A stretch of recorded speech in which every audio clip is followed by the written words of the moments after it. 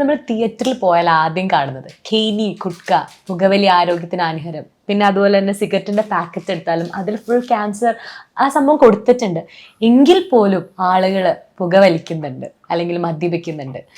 എന്തുകൊണ്ടാണ് സാർ ആർക്കും ഇതിനൊരു കുറിച്ചൊരു ഇത് കിട്ടാത്തത്?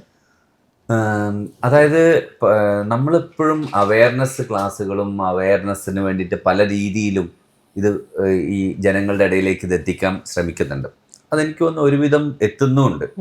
മേ ബി വളരെ റിമോട്ടായിട്ടുള്ള ഇന്ത്യയുടെ ഏതെങ്കിലും സ്ഥലങ്ങളിലെ ഇതൊന്നും അറിയാത്ത ഒരു ഗ്രൂപ്പ് ആൾക്കാരുണ്ടാവും എന്ന് വിചാരിക്കുന്നു. പക്ഷെ അതല്ലാതെ എനിക്കൊന്നും ഒരുവിധം എല്ലാവർക്കും അറിയാം.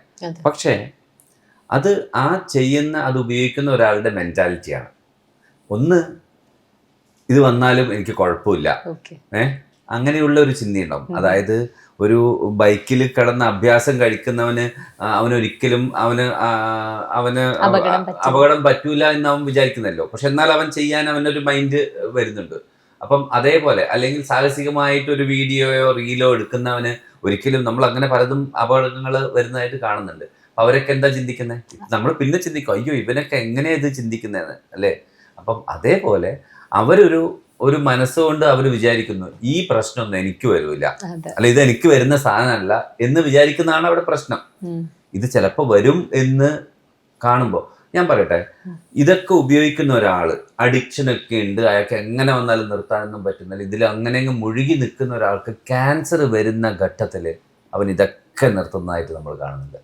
അപ്പോൾ അത് സ്ട്രോങ് ആയിട്ട് അവനെ ഹിറ്റ് ചെയ്യുമ്പോഴാണ് അവനത് റിയലൈസ് ചെയ്യുന്നത്, അയ്യോ ഇതെനിക്ക് വന്നു, ഞാൻ പേടിച്ചിരുന്ന സാധനം വന്നു എന്ന് വരുമ്പോൾ ആ ഹിറ്റ് വരുമ്പോഴേക്കും അവരെല്ലാ സ്വഭാവം മാറ്റിയിട്ട് അവർ നിർത്തുന്നുണ്ട്.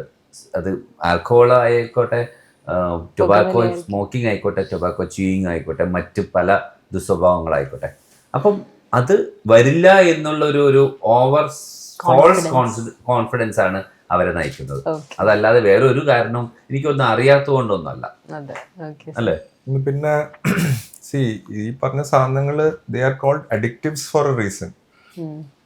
ഈ ലഹരി പദാർത്ഥങ്ങളുടെ പേർപ്പസ് തന്നെ, അതിന്റെ ഒരു പാർട്ട് പേർപ്പസ് പറയുന്നത് അഡിക്ഷൻ ആണ്. അങ്ങനെയാണ് ദ വേ ഇറ്റ് ഫങ്ഷൻസ്. അപ്പൊ ഇതിനെ how are you getting addicted? ഇത് കഴിക്കുമ്പോൾ സൂപ്പർ പവർ ഒന്നും അല്ലല്ലോ കിട്ടുന്നത്. ഇതൊരു ഗ്രാറ്റിഫിക്കേഷൻ ആണ്. നമ്മൾ ബ്രെയിനിനും മൈൻഡിനും കിട്ടുന്ന ഒരു ഗ്രാറ്റിഫിക്കേഷന് വേണ്ടിയിട്ട്, ഒരു റിലാക്സേഷന് വേണ്ടിയിട്ടാണ് നമ്മൾ ചെയ്യുന്നത്. അവിടെയാണ് നമ്മൾ So how to beat it? You have to gain gratification from other areas. അപ്പം ഈ സ്പോർട്സിലും ഇതിലൊക്കെ നല്ലോണം ആക്റ്റീവായ ആൾക്കാർ, അവർക്ക് ഇതിലൊന്നും താല്പര്യം കുറവും അല്ലെങ്കിൽ ഇല്ലാത്തത് എന്താ വെച്ചാൽ they are getting a lot of ഈ ഒരു റഷ് കിട്ടും ഓരോ ആക്ടിവിറ്റീസ് ചെയ്യുമ്പോൾ. ആ റഷ് മതി അവർക്ക് ക്യാരി ഓൺ ചെയ്യാൻ. ഈ ട്രാവൽ ചെയ്യുന്ന ആൾക്കാർ, ലേ ലഡാക്കിലൊക്കെ പോകുന്ന ആൾക്കാർ, they don't go for any of these things. അവർക്ക് എന്താ വെച്ചാൽ ഒരു വേറെ ലെവലിൽ ഒരു റഷാണ് കിട്ടുന്നത്. സോ യു ഹാവ് ടു ഈ റെഗുലർ നമുക്ക് വളരെ എളുപ്പത്തിൽ അവൈലബിൾ ആയിട്ടുള്ള ഒരു ഗ്രാറ്റിഫിക്കേഷൻ പ്രോഡക്റ്റ് ആണ്. ഇവിടുന്ന് ജസ്റ്റ് ഇറങ്ങി കഴിഞ്ഞാൽ 10 മീറ്റർ പോയാൽ സാധനം കിട്ടും.